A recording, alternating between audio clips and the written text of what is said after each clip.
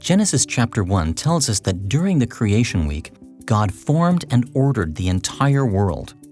And on the sixth and last working day of the week, as his final act of creation, he made humanity.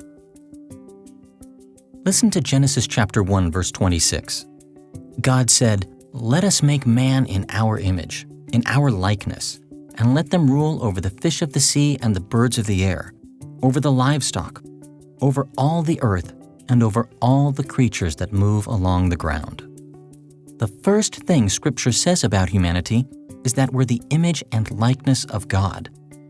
This is one of the primary ways God thinks about the human race.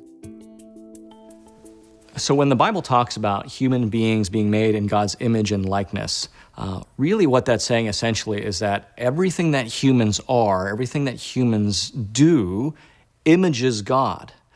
And the terms, one qualifies the other. So we are an image of God, and the term likeness further defines what that is. We're not an exact copy. We're not copies of God. We are in the likeness of God. So it's a representational dynamic, not a static copy of him.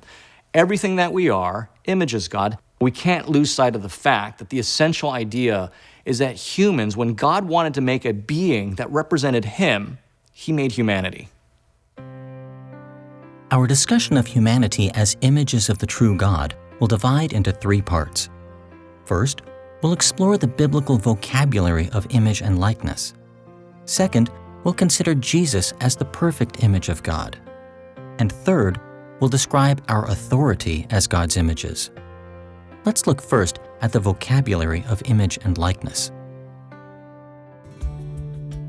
The meanings of the words image, or tselem in Hebrew, and likeness, or demut in Hebrew, aren't identical, but they do overlap in many ways. And image can be a carved or cast idol, as in Numbers chapter 33, verse 52, 2 Kings chapter 11, verse 18, and Ezekiel chapter 7, verse 20, and chapter 16, verse 17. It can be a model, like the gold rats that were returned with the Ark of the Covenant in 1 Samuel chapter 6, verses 5 and 11. And it can be a reflection or shadow, as in Psalm 39, verse 6, and Psalm 73, verse 20.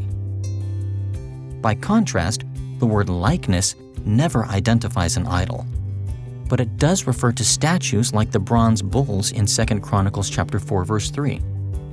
It also identifies the sketch or plans for an altar in 2 Kings chapter 16, verse 10. And throughout the Old Testament prophetic writings, it describes the appearance or sound of one thing by comparing it to another. For instance, in Isaiah chapter 13, verse 4, the noise on the mountains is the likeness of the sound of a great multitude. And the prophet Ezekiel used likeness to explain the appearance of God's chariot throne in Ezekiel chapters 1 and 10, where there were creatures that looked like various animals and sparkled like gems. And in Daniel chapter 10, verse 16, the prophet described an angelic messenger as having the form or likeness of a man. Although not identical, the meanings of image and likeness overlap because they both describe a model or sketch of a greater reality. In a similar way, human beings are images and likenesses of God because we model God's power, authority, and goodness. Without a doubt, our power, authority, and goodness are tiny compared to His, but they still point to Him.